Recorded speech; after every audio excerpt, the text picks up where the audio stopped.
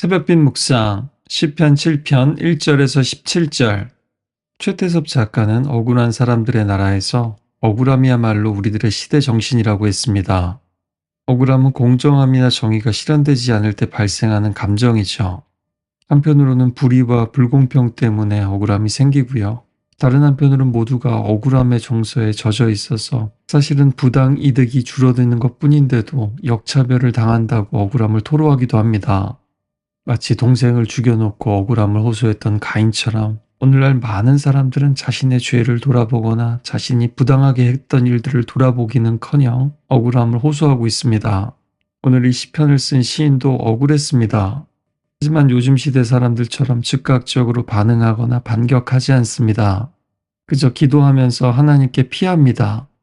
사람들은 억울하면 소송하기 위해서 변호사부터 찾습니다. 또 권력을 찾고 보배드림과 같은 사이트부터 찾습니다. 그러나 오늘 시인은 하나님부터 찾습니다. 건져낼 자가 없으면 그들이 사자같이 나를 찢고 뜯을까 하나이다. 이렇게 기도한 것을 보면 그는 하나님 아니면 이 상황에서 건져낼 분이 없다고 믿었기 때문입니다. 그리고 그는 맹세하듯 얘기합니다. 내가 이런 일을 행하거나 내 손에 죄악이 있거나 화친한 사람을 악으로 갚았거나 내 대적에게서 까닭 없이 빼앗았다면 원수가 나의 영혼을 쫓아잡아 내 생명을 땅에 짓밟게 하고 내 영광을 먼지 속에 살게 하소서. 그는 거짓 고발을 당했고 자신은 결백하다고 주장합니다. 만약 이 일에 대해서 내가 정말 죄를 지었다면 나를 심판하셔도 좋습니다. 그런 뜻입니다. 그는 동맹을 맺었거나 자신이 헌신한 사람에게 고발을 당하고 배신을 당한 것 같습니다. 마치 충신이었던 자신은 죽이려 하고 적국의 왕인 아각에게는 은혜를 베풀려고 했던 그 사울 앞에 다윗처럼 말입니다. 이것은 우리가 평생에 죄가 없다라는 뜻이 아니라 우리를 억울하게 하는 원수들을 하나님 앞에 세울 때 우리 자신도 하나님의 판결 앞에 세울 수 있어야 한다는 겁니다. 시는 그뿐만 아니라 하나님의 행동을 촉구합니다. 하나님의 분노로 내 대적들의 분노를 막아달라고 기도합니다. 또 나를 위해서 깨어나 달라고 그렇게 간구합니다.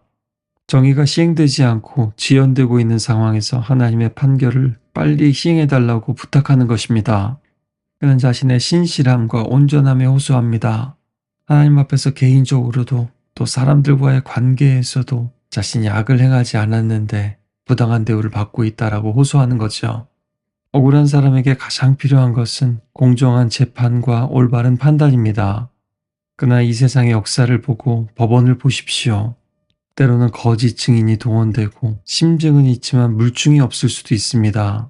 때로는 권력이 개입하고 기업이나 여론의 압력을 받을 수도 있습니다. 물론 지금도 대부분의 세상 법원과 사법 체계는요, 잘못된 것을 바로잡고 또 처벌받을 사람들을 처벌하고 있습니다.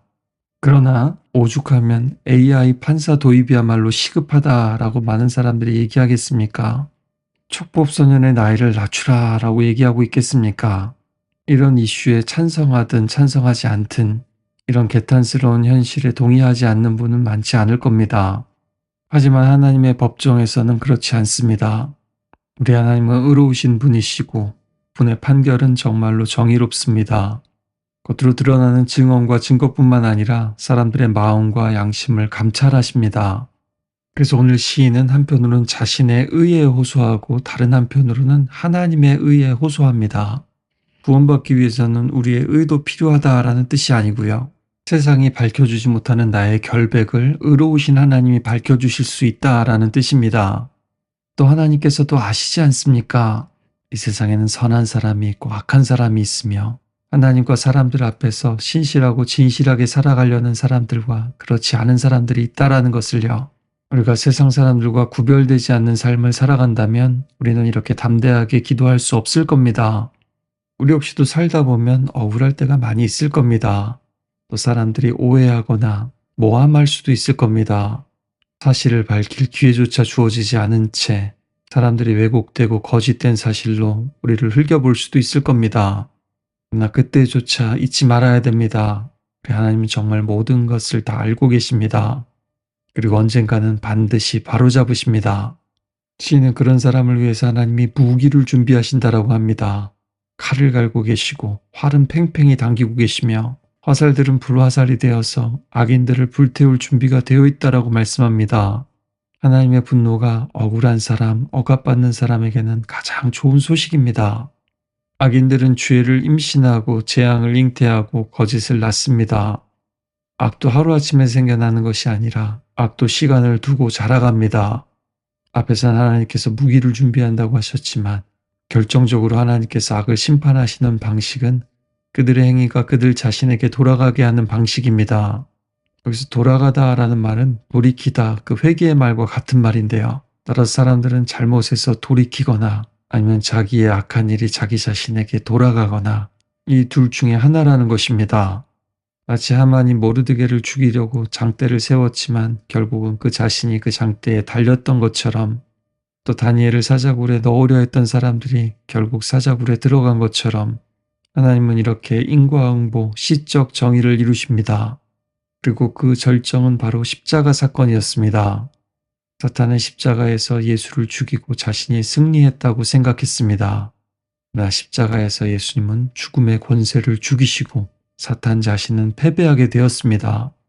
이것을 믿는 사람, 이것을 맛본 사람은요, 하나님의 정의로운 행동에 늘 감사하고 지존하신 주님의 이름을 찬양하게 됩니다.